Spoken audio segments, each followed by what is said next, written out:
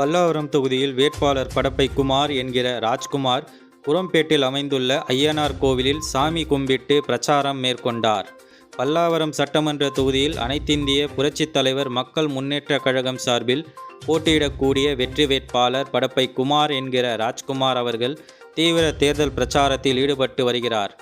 அதன் ஒரு பகுதியாக இன்று குரோம்பேட்டையில் ஜிஎஸ்டி சாலை, சிஎல்சி ஒர்க் சாலை, பிள்ளையார் கோவில் தெரு, சந்திரா தெரு, மும்மூர்த்தி நகர் உள்ளிட்ட பல்வேறு பகுதிகளில் வீதி வீதியாக சென்று பொதுமக்களிடம் நேரடியாக சந்தித்து வாக்கு சேகரித்தார்.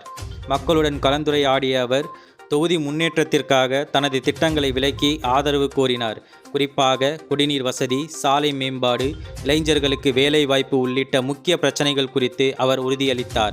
படப்பை குமார் அவர்கள் சென்ற இடமெல்லாம் பொதுமக்கள் ஆர்வத்துடன் வரவேற்று ஆரத்தி எடுத்து அவருக்கு உற்சாக வரவேற்பு அளித்தனர். பெண்கள், முதியவர்கள், இளைஞர்கள் என பலரும் பெருமளவில் திரண்டு அவருக்கு ஆதரவு தெரிவித்து உற்சாகம் அளித்தனர். மேலும் கட்சி தொண்டர்கள் உற்சாக கோஷங்களை எழுப்பி தேர்தல் சூழலை களை கட்ட வைத்தனர். இந்த பிரச்சாரம் மூலம் பொதுமக்களுடன் நேரடி தொடர்பு ஏற்படுத்தி கொண்டது தேர்தலில் வெற்றிக்கு வழிவகுக்கும் என கட்சியினர் நம்பிக்கை தெரிவித்துள்ளனர்.